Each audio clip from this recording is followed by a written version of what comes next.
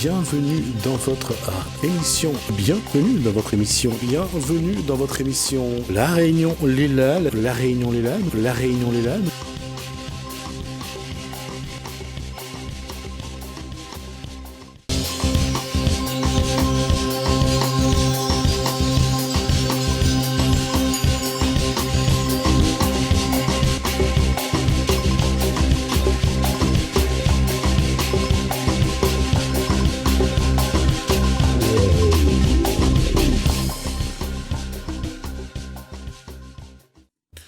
Bonsoir à tous, bienvenue dans votre émission La Réunion Léla. On va être dans le souvenir français. On va parler de quelque chose que je ne connais pas, mais que je vais découvrir. On est dans Cosement Réunionnais.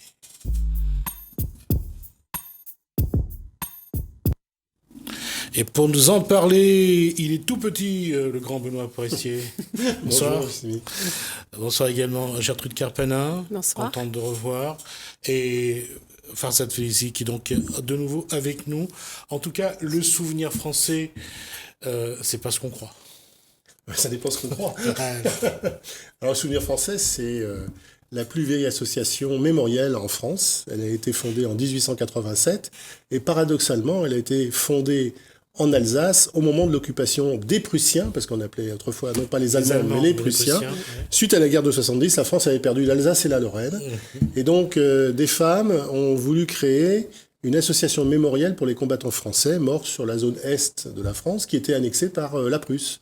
Et donc, c'est pour ça que ça s'appelle le souvenir français, parce que autrement, ça aurait été le souvenir allemand. Mais ça n'était pas le souvenir prussien ni le souvenir allemand, c'était le souvenir français. On le dit souvent, ne toujours se souvenir, se rappeler. Qu'est-ce qu'on doit se rappeler ? Alors d'abord, on doit se rappeler de ceux qui sont morts pour la France, qui ont combattu pour les valeurs de notre République, pour les libertés des citoyens, parce qu'ils ont fait un sacrifice ultime. Est-ce qu'aujourd'hui, on serait capable, dans notre société actuelle, de demander aux gens d'aller mettre un uniforme et d'aller combattre à une frontière pour défendre son territoire ou pour défendre sa liberté ? Ça va être compliqué. En tout cas, je veux quand même rendre hommage à tous ceux qui sont morts dans les guerres de ces dernières années, qui l'ont fait, qui sont morts. Et il y en a quand même, pas beaucoup, pas autant qu'avant, mais il y a quand même des soldats qui vont au front et qui laissent leur vie. C'est vrai, tout à fait. Il y a cette abnégation de certains hommes qui sont dans cet idéal de défendre, de faire les chiens de garde en fait des libertés d'un pays, alors notamment la France pour nous, mais aussi dans d'autres pays, dans tous les pays du monde. Il y en a qui veulent garder, leur liberté de penser, leur liberté d'agir grâce à certaines lois que leur propose, notamment ici pour nous, la République française.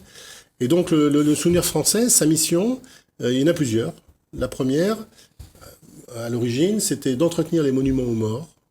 Donc faire leur entretien, les rénover s'il y avait besoin, mais également d'entretenir les carrés militaires. C'était la vocation première, donc d'entretenir justement toutes ces tombes de ces soldats français tombés au champ d'honneur, donc d'enlever les herbes, de les repeindre, et puis régulièrement de faire des commémorations par rapport soit au décès, soit à la fête nationale, soit aux dates nationales. Voilà, soit aux dates nationales. Et puis c'est imposé aussi ce devoir de mémoire, parce que il est important que les jeunes générations connaissent justement ceux qui sont sacrifiés pour qu'eux puissent vivre tranquilles, en liberté, dans un pays intègre. Et donc ça, c'est important. Et c'est aujourd'hui notre rôle, puisque moi j'ai été nommé en juin dernier, délégué général du souvenir français à La Réunion. Alors il faut savoir qu'il y a une délégation générale par département et région, et il y a 60 délégations dans le monde entier. Chaque délégation a un délégué général qui va créer des comités. Alors les comités peuvent se créer par exemple au sein des communes. Donc moi c'est mon souhait. Je souhaiterais qu'à La Réunion, il y ait un comité par commune, avec bien sûr un président de comité, des adhérents, alors qui sont bénévoles, mais qui adhèrent au souvenir français. Et puis j'aimerais aussi surtout, parce que le devoir de mémoire va vers les jeunes. Donc j'aimerais que les écoles, que les professeurs qui ont à leur programme scolaire la Première Guerre mondiale, la Deuxième Guerre mondiale, les guerres d'indépendance, les OPEX contemporaines. Alors on va juste rappeler les OPEX. Alors les OPEX, c'est les opérations extérieures. On en parle beaucoup, hein, c'est les opérations qu'on peut avoir récemment en Afghanistan, ou en Irak, ou alors dans certains pays d'Afrique. Syrie, oui, énormément, pour l'instant, parce que ce sont les zones de conflit. Autrefois, c'était le Tchad, c'était le Centrafrique, c'était le Liban. Le Liban, c'est encore en place, donc c'est la plus grande OPEX, la plus longue OPEX qui existe d'ailleurs depuis les années 78 jusqu'à nos jours, et c'est pas, je pense, malheureusement pas terminé. Et donc, on a régulièrement des soldats blessés, mais aussi des soldats qui tombent au champ d'honneur dans ces petits conflits, et puis dans les anciens conflits, comme les deux guerres précédentes, les deux grandes guerres. Et donc, il y a besoin de ce devoir de mémoire, et il faut se tourner vers les scolaires, vers les jeunes générations. Et il y a un travail à faire avec le rectorat de la Réunion, le Souvenir français, les professeurs qui ont justement ces dates à leur programme, et puis leur faire des visites, leur faire visiter les monuments aux morts. Pourquoi pas participer aussi à l'entretien de ces monuments dans des classes pédagogiques, ça peut prendre qu'une demi-journée, et il n'y a pas grand-chose à faire. Et puis aussi faire des voyages de mémoire. Alors ça peut être à La Réunion pour voir les différents monuments, lire les noms de ceux qui sont morts sur les monuments. Peut-être qu'il y a certains de leurs ancêtres qui sont là. Moi, ça m'est arrivé de rencontrer des jeunes qui ont retrouvé un ancêtre alors qu'ils ne connaissaient pas que leur ancêtre était sur ce monument-là, notamment à Saint-Paul. Et puis aussi faire des voyages commémoriels en métropole, sur les champs de bataille de la Première, Deuxième Guerre mondiale. Il y a les plages du débarquement, il y a la bataille de Verdun, la bataille de la Somme, de Champagne, le chemin des Dames. Bon, il y a des choses à faire. Et puis en plus, ça permet à ces jeunes de s'identifier à un pays, de prendre racine dans la mémoire de ce pays, et puis après développer cette culture du devoir de mémoire et de ce respect envers les anciens qui ont donné leur vie pour notre patrie. Marie-Gertrude Carpanin, vous êtes enseignant en lettres histoire.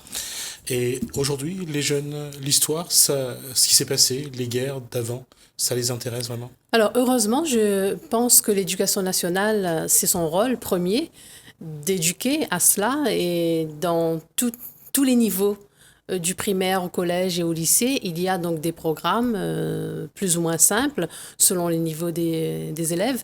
Et heureusement que l'éducation nationale est là justement pour enseigner cette histoire.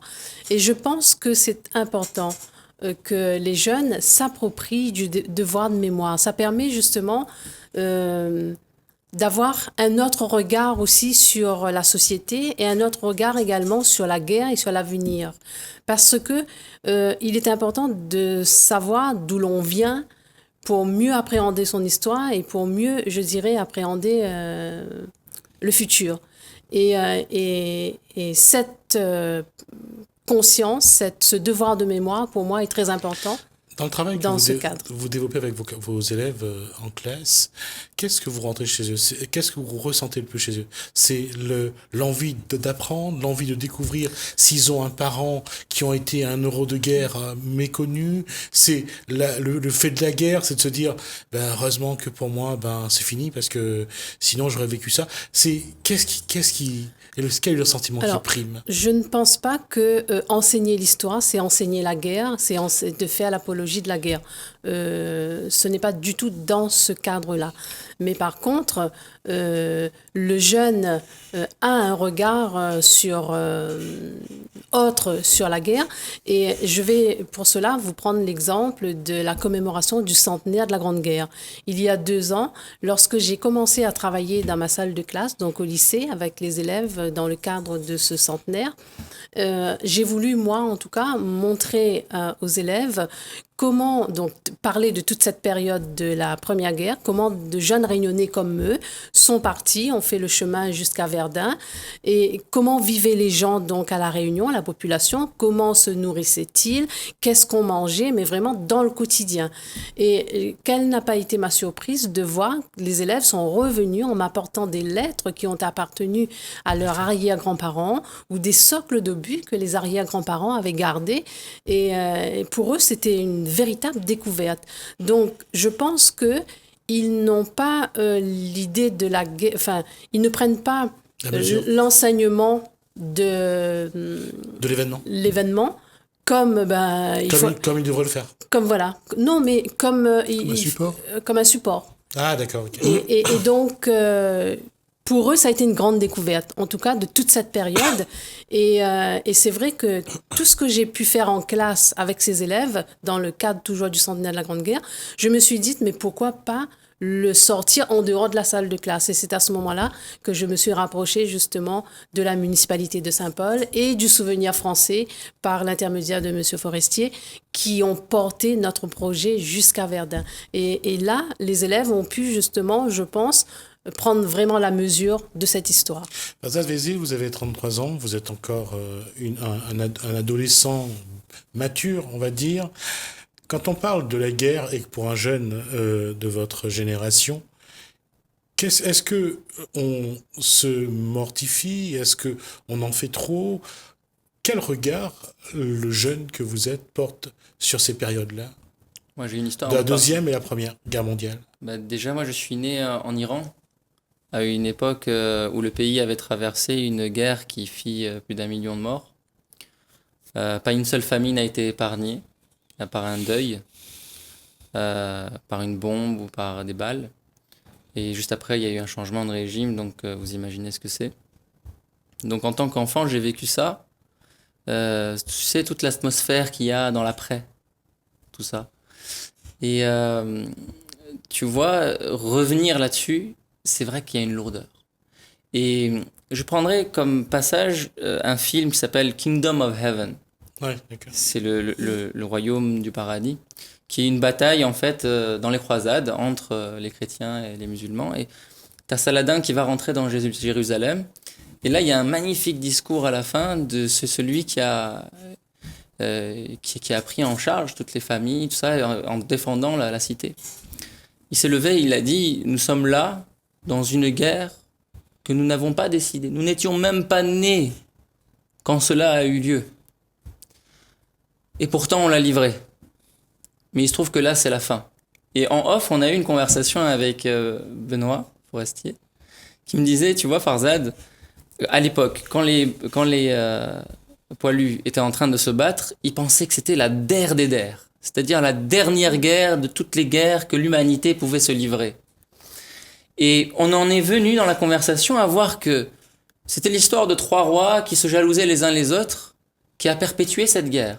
Et qu'aujourd'hui, si on est jeune, moins jeune, vieux, si on se compare par rapport à l'autre, moi j'ai une Rolls, toi t'as une Dodge, lui il a telle religion, l'autre il en a telle autre, eh ben on est en train quelque part de perpétuer cette guerre. Si nous prenons la leçon du passé, peut-être que on ne reproduira pas ça et qu'on créera ce monde de paix sans que ce soit une utopie. Tout à fait. Alors, juste pour revenir à ça, qu'est-ce que les événements des 2 guerres, de ces 2 grandes guerres, laissent comme, je dirais, comme impression à un jeune de votre génération? C'est une honte. Pourquoi? J'ai honte de moi, de mon humanité qui a fait ça. Je sais pas quel rôle j'aurais joué si j'avais été dans un camp ou dans un autre. Tu vois? Et quand je vois la quantité de morts, et c'est pas que des morts qui sont juste morts pour un pays. Benoît me disait tout à l'heure, c'est des gens qui cultivaient la terre, qui ont dû laisser leur famille, ne pas faire la récolte et partir à la guerre. Tout cela qui a été perdu, tu sais, en relation familiale, en étant là les uns avec les autres, autour d'un Noël, tout ça on l'a laissé pour aller sur un champ de bataille. Et la question que je pose aujourd'hui aux adultes, c'est qu'est-ce que vous répondez à quelqu'un comme Daniel Waro qui dit « j'irai pas ». Mais s'il veut ne pas y aller, c'est son choix. Après, il y a un cadre législatif et il sera peut-être obligé quand même de faire quelque chose. D'aller en prison. Pas forcément. Enfin, je veux dire que à partir du moment où il y a une mobilisation générale, tout citoyen français est obligé de se rendre. Évolué. Même ceux qui ne veulent pas utiliser, j'ai oublié comment on appelle ça, pour ceux qui ne veulent pas utiliser les armes. Les objecteurs de conscience. Les objecteurs de conscience, merci Benoît. Même ceux-là, aujourd'hui, ils ont des solutions. On a évolué dans cet éventail-là. Mais j'ai une pensée pour cette chanson de Jean-Jacques Goldman. Et si j'étais né en 17 à Leingenstadt. Pourquoi la chanson est sortie en 1995, au moment où Mitterrand et Helmut Kohl se tiennent la main sur les champs. Allô, au soir de demain. Voilà.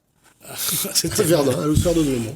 Voilà. Pourquoi ça? Parce que effectivement, c'était de pardonner, de se dire que 50 ans après, on pardonne.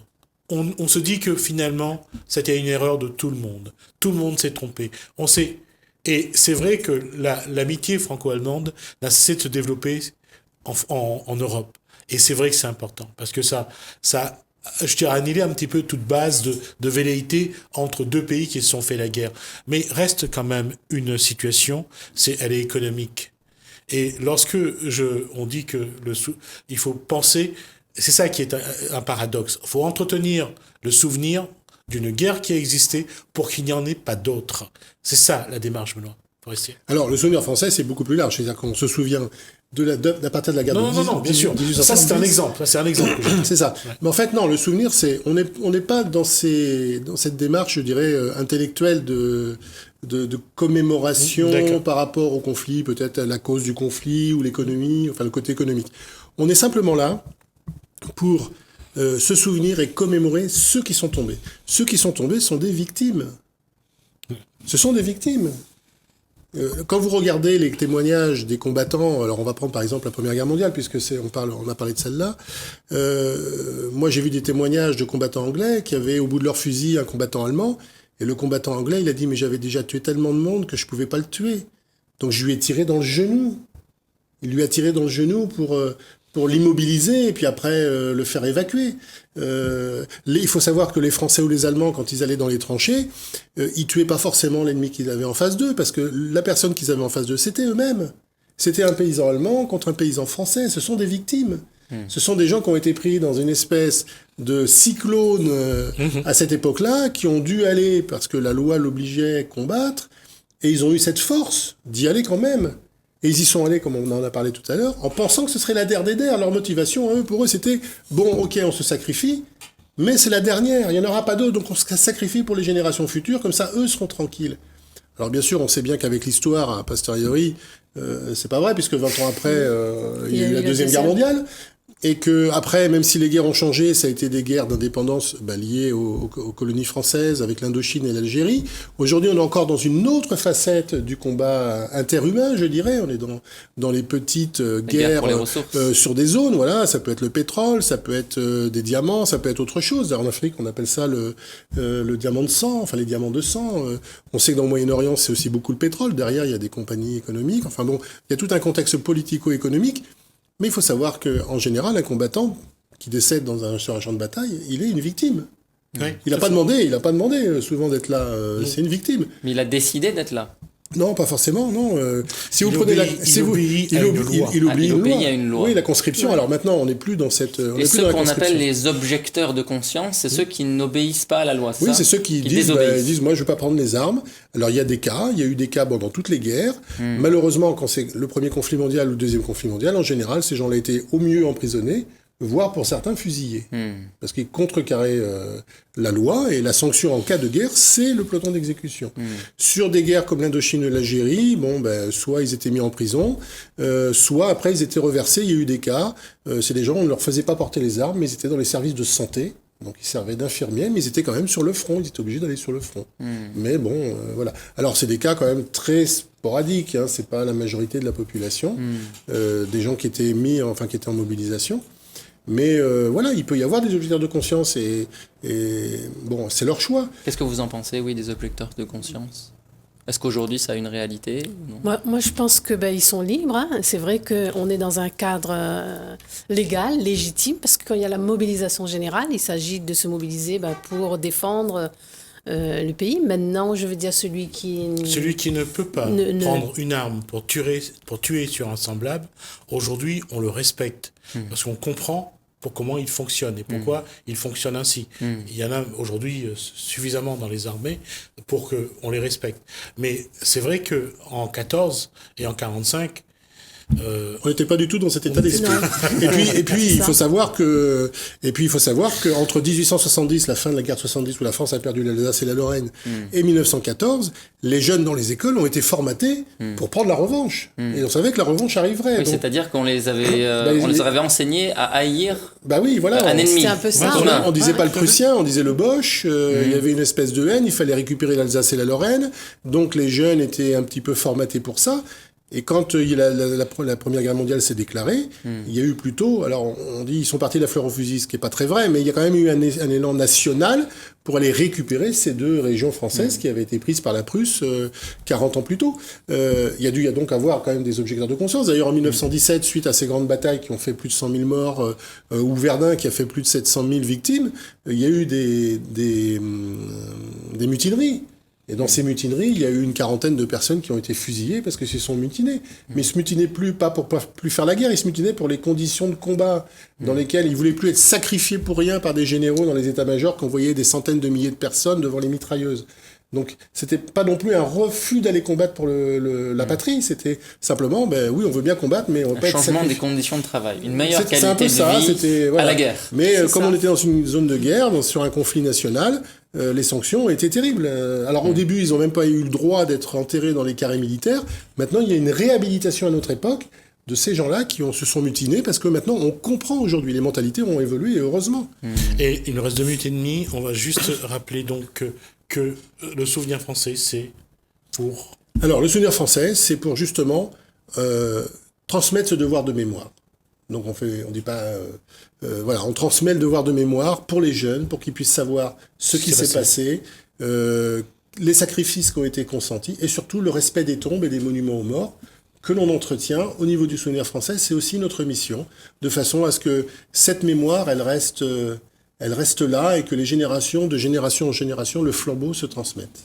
Gertrude Carpenin, vous êtes enseignante, je rappelle, donc vous transmettez, est-ce que pour vous, vous transmettez un savoir ou vous faites aussi une transmission de mémoire avec la façon d'enseigner, avec la façon de parler de ces mêmes choses? Alors moi, je transmets un savoir, bien sûr. Je transmets l'histoire, je transmets à travers ma transmission, je pense qu'il y a aussi la prise de conscience du devoir de mémoire, de ne pas oublier ceux qui se sont sacrifiés, surtout c'est dans ce sens qu'ils se sont sacrifiés, qui ont vécu les pires moments de leur vie dans cette humanité, mais aussi pour que ça ne se reproduise plus. Moi, dans mon enseignement, c'est surtout donner une connaissance pour que demain, cette connaissance aide à être meilleur, à être un individu, un citoyen meilleur dans la société, mais par rapport à ce qui s'est passé, et non pas entretenir pour reproduire, pour refaire la même chose. Donc c'est pas du tout dans ce sens, bien entendu. Voilà, c'est vraiment le souvenir, parce que ce sont ceux qui se sont sacrifiés, je le répète, mais pour que demain, justement, on ne répète pas les mêmes erreurs. C'est dans ce sens. Voilà, c'était surtout ça que je voulais vous faire entendre, c'est que lorsqu'on apprend à connaître un événement, ce n'est pas pour faire de l'apologie, ce n'est pas pour le mettre en... Non, c'est juste parce qu'on doit se souvenir aussi des erreurs qui ont été commises, volontairement ou involontairement, mais qu'importe, mais qu'on se rappelle les bonnes postures, les bonnes décisions qu'on a à prendre, parce que parfois, le futur se bâtit aussi sur le passé et le présent. Ça, c'est aussi ce que nous devons transmettre. Merci à vous. Juste une petite précision, le Souvenir français est une association apolitique et acultuelle et reconnue d'utilité publique depuis 1906. Et le 1er novembre, nous avons une commémoration au carré militaire des cimetières de volontaires à Saint-Denis pour justement honorer le carré militaire. Donc toutes les personnes qui veulent participer et commémorer dans le recueillement Ces morts pour la France, Ces morts réunionnais morts pour la France sont les bienvenus. Alors on se verra sans doute la semaine prochaine pour parler de ça, un peu plus, justement de cette action du 1er novembre. On verra en plus en détail. Merci. Merci également Farzad Faizi. Merci Marie et Gertrude Carpenin. Merci. En tout cas, j'espère que vous avez apprécié leur information, parce que c'est vrai que nous arrivons vers le mois de novembre et nous avons besoin aussi de nous remettre de l'information dont nous avons besoin. Bienvenue dans votre émission. Bienvenue dans votre émission. Bienvenue dans votre émission. La Réunion, les LAL. La Réunion, les LAL. La Réunion, les LAL.